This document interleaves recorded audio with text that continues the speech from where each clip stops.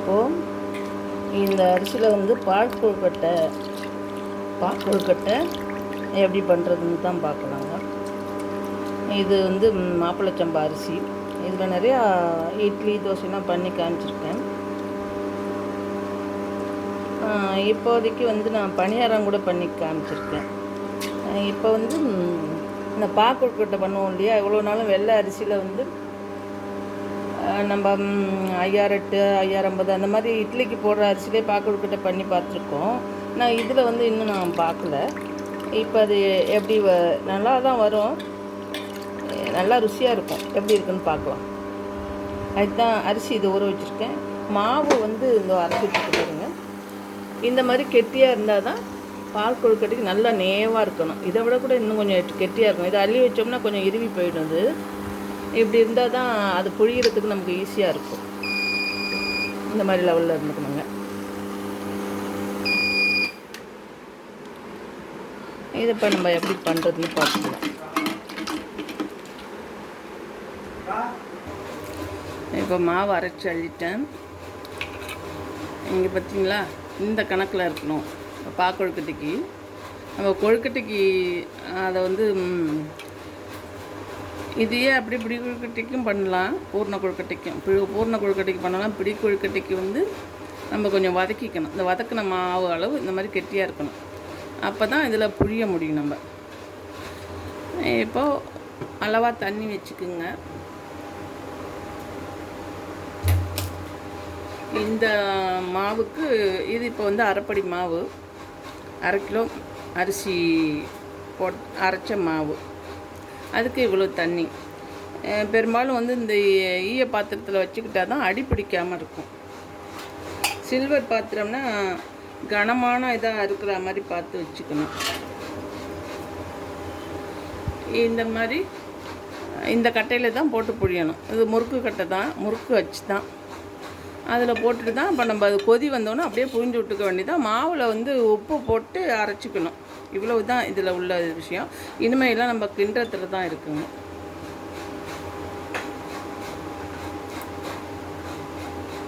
இப்போ தண்ணியும் கொதி வந்துச்சு. தண்ணி நல்லா உள்ளே கொதிக்குது. இப்போ இந்த மாவை ஊற்றி இப்படி வச்சுக்கலாம். முதல்ல கொஞ்சமாக வச்சுட்டு புழிஞ்சு பார்த்துட்டு அப்புறமா அது புழிஞ்சு மேலே வர விட்டு அடுத்தடுத்த ஸ்டெப்பை புழியணும்.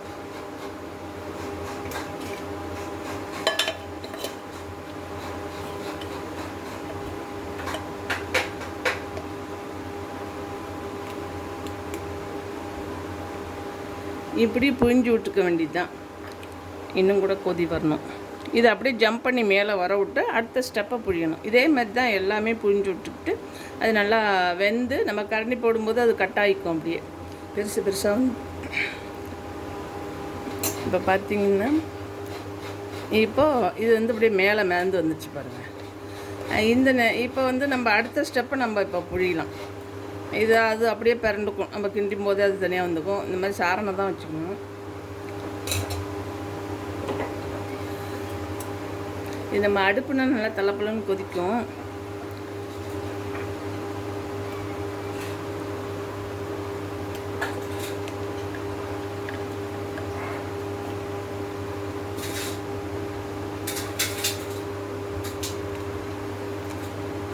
எப்படி விட்டுற வேண்டியதுதான்.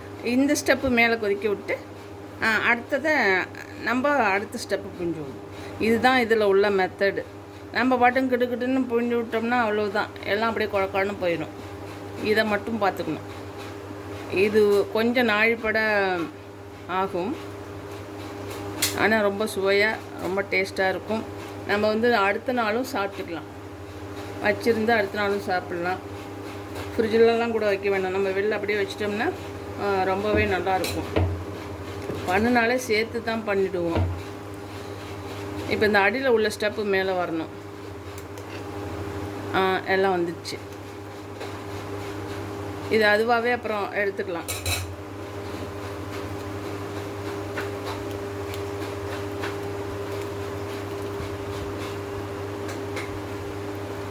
இப்படி தாங்க எல்லாத்தையுமே புழிஞ்சு அது நல்லா வேக விட்டு தண்ணி கூட கொஞ்சம் எடுத்து வச்சுக்கிட்டிங்கன்னா வெந்நீர் நம்ம கூட குறைச்சி அதிலே ஊற்றிக்கலாம். அதில் ஒன்றும் ப்ராப்ளம் இல்லை. இதை வச்சுக்க வேண்டியதான். அடுத்து சர்க்கரை போட்டு வெல்லமோ சர்க்கரையோ எப்படி போட்டு பண்ணுவோம், அதை பார்க்கலாம் அப்புறம். இப்போ எல்லாமே கிட்டத்தட்ட எல்லாம் புழிஞ்சாச்சு. அதே மாதிரி கிட்டத்தட்ட ஒரு 1/2 ஹவருக்கு மேலே ஆச்சுங்க. இப்போ எல்லாம் புழிஞ்சாச்சா, அதுக்கப்புறம் புழிய முடியாமல் கொஞ்சமாக ஒரு கொழுக்கட்டை அளவுக்கு இருந்துன்னு வச்சிங்களேன், அதை அப்படியே கரைச்சி ஊற்றிடணும். ஊற்றிட்டு நம்ம வந்து அடுப்பு அதுக்கு மேலே சிம்மில் வச்சிடலாம். இந்த புகை வருது பார்த்திங்களா. இப்போ இல்லைன்னா இதுவே இந்த ஈய பாத்திரமா இல்லைன்னா சில்வர் பாத்திரமா டக்குன்னு அடி பிடிச்சிடும். வெறும் கொழுக்கட்டையாகவே இருந்தால் கொஞ்சம் நல்லா இருக்காது. அது கொஞ்சம் கரைஞ்சிக்கிட்டால் தான் இந்த மாதிரி நல்லாயிருக்கும். அப்படி கரையாமலே, ஏன்னா வேக விட்டு விட்டு தானே நம்ம பெரட்டுறோம், அதனால் இந்த கொழுக்கட்டைங்க கரையாது. ரொம்ப கொஞ்சமாக அதை கரைச்சி ஊற்றிக்கிட்டோம்னா ரொம்ப நல்லாயிருக்கும். இந்த மாவு வேகாமல் இருக்கும் சில இடங்களில், அதை பார்த்து எல்லாத்தையும் ஒற்றுமையாக அதுக்கப்புறம் கிளறி விடணும். அவ்வளோதான். நல்லா வெந்துட்டான்னு பார்த்த பிறகு அதுக்கும் அப்புறம் நம்ம வெல்லம் போட்டு ஏலக்காய் தேங்காய் பூ, இந்த ஒரு தேங்காய் பூ வச்சுருக்கேன், வெல்லத்தை போட்டுட்டு அதுக்கப்புறம் இதெல்லாம் ஆட் பண்ணிடலாம். ரொம்ப ரொம்ப விருப்பமான உணவு இந்த பால் கொழுக்கட்டை. அதிலே வந்து எப்போதும் வந்து அந்த ஒரு மஞ்சள் கலரில் தான் பார்த்துருப்போம். இப்போ இது வந்து கேழ்வரகு மாவில் செஞ்சது மாதிரி இருக்குது பாருங்களேன். பொதுவாகவே இந்த இட்லி தோசைனால எல்லாம் கேழ்வரகு இட்லியான்னு தான் கேட்குறாங்க. அந்த அளவு இருக்குது. ஆனால் ரொம்ப நல்லாயிருக்கும் ருசியாக, நல்லா சத்துக்கள் நிறைஞ்சது, வெயிட் அவ்வளோவா போடாது. அடுத்து வெல்லம் போட்ட வேண்டியது தான். இப்போது நான் வந்து ஒரு படி ஊற வச்சுருந்தேன், அரைப்படி முன்னாடி புழிஞ்சேன். ஆனால் அதுக்கப்புறம் கொஞ்சம் தண்ணி சேர்த்துட்டு மறுபடியும் அரைச்ச மாவையும் புழிஞ்சாச்சு. எல்லாமே சேர்த்து 1 கிலோ, ஒரு படி. இதுக்கு இப்போ 1 கிலோ வெல்லம் போட்டால் தான் நல்லாயிருக்கும். அப்போ தான், இப்போ வந்து 1 கிலோவுக்கு 1/2 கிலோன்னு சொல்லுவாங்க, அது அவ்வளோவா நல்லா இருக்காது. இங்கே பார்த்திங்கன்னா இது இப்போ 3/4 கிலோ வெல்லம். மீதிக்கு வந்து அந்த சர்க்கரையில் போட்டுக்கலாம். வெல்லமும் போடணும். வெல்லம் போட்டால் தான் அது பின்னிக்கிட்டு வரும்னு சொல்லுவாங்க. இந்த வெல்லம் கொஞ்சம் கரைஞ்சிக்கிட்டு இவ்வளோ தூரம் நம்ம வேக விட்டால் தான் அந்த அந்த முறுக்கு அந்த கொழுக்கட்டையெல்லாம் வேகும். நம்ம பாட்டும் கொஞ்சம் நேரத்தில் அதை பறிச்சுட்டோம்னா சில கொழுக்கட்டைங்க வேகாமல் மாவாகவே இருந்து போயிடும். அது அப்புறம் சாப்பிடும்போது கஷ்டமாக இருக்கும். இந்த மாதிரி பரட்டி போடணும். இப்போ இந்த வெல்லத்தை விட்டு மறுபடியும் அது வேகணும். அப்போ தான் அங்கங்கே தங்குனது இதெல்லாம் சேர்ந்து வேகும். இது கொஞ்சம் சீக்கிரமே நமக்கு இதாகிடும். ஆனால் அடுப்பை வந்து சிம்மில்னா ரொம்ப சிம்மில் வச்சிட வேண்டாம். அது கவனமாக நம்ம அடுத்தடுத்து கிளறிக்கிட்டே இருக்கணும். சில்வர் பாத்திரம்னா வந்து அடி பிடிச்சிடும். சக்குன்னு முன்னாடி ஒரு சில்வர் சட்டியில் கிண்டி அந்த அந்த பாத்திரமே அடியில் தெரிச்சு போச்சு. ஏன்னா தண்ணி இல்லாமல் கிண்டுறோமா, அப்போ வந்து அது அடியில் உக்காந்து போயிடுது. அதுவே தெரிக்கிறது அடியில் அப்புறமா பார்த்தா தான் தெரிஞ்சுது. அது மாதிரி பார்த்துங்க. இந்த பாக்கொழுக்கட்டைனா வீட்டில் அத்தனை பேரும் காத்துக்கிட்டே இருப்பாங்க இந்த பாக்கொழுக்கட்டை சாப்பிட்றதுக்கு. இது அப்போலாம் வந்து இந்த பாக்கொழுக்கட்டை, பணியாரம், வடை இதுங்க தான் மெயின் பலகாரமே. எங்கேயுமே எடுத்துகிட்டுலாம் போவாங்க, கிண்டிலாம் வாளியில் கொண்டுட்டுலாம் வருவாங்க. இப்போலாம் அந்த மாதிரி யாரும் பண்ணுறதில்ல, எப்பாச்சும் தான் பண்ணுறது. இப்போ அடுத்து பார்ப்போம். இப்போ ஏலக்காய் போட்டேன். இதில் வந்து அப்புறம் இதையும் போட்டுடலாம், தேங்காய் பூவும் போட்டுடலாம். ஏன்னா அதோடையே வெந்து வரணும்ல தேங்காய் பூவும். உங்களுக்கு தேவையான அளவு தேங்காய் பூ போட்டுக்குங்க.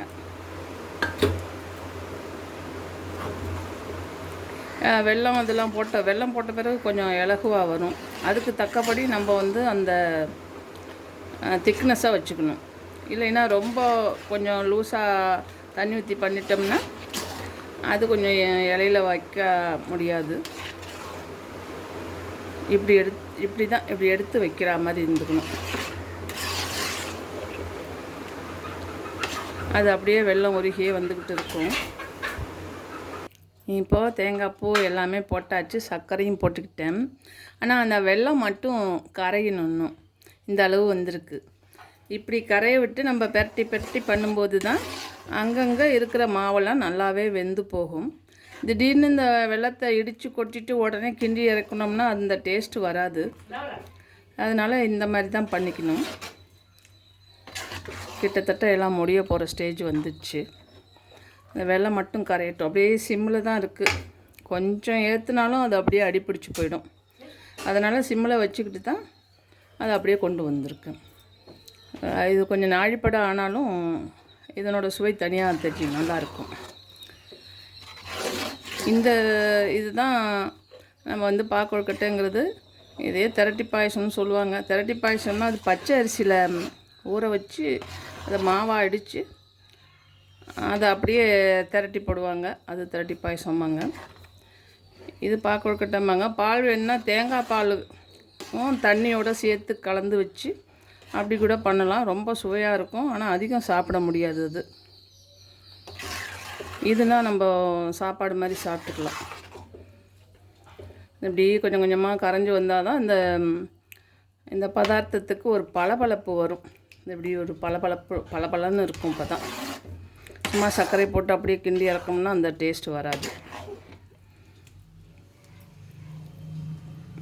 இதோட இன்னும் கொஞ்சம் கூட சர்க்கரை சேர்த்துக்கலாம். முன்னாடி கொஞ்சம் சேர்த்துருக்கேன். அந்த வெல்லம் கரையிறதுக்கும் அதுக்கும் சரியாகவே இருக்கும்.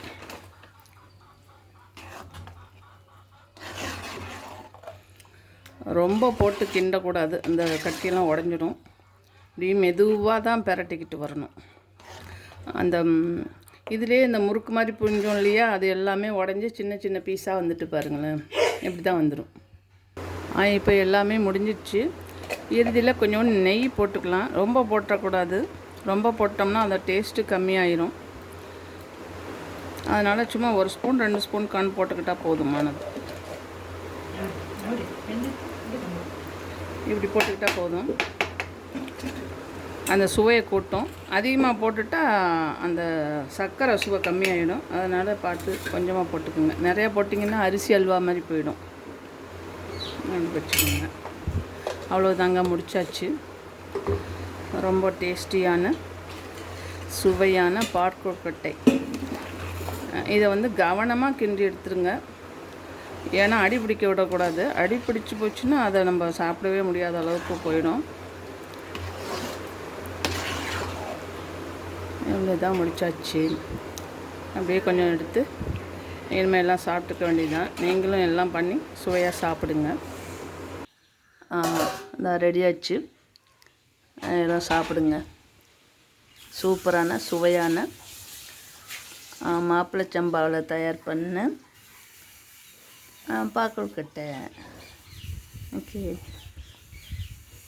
ரொம்ப நல்லாயிருக்கும் இது.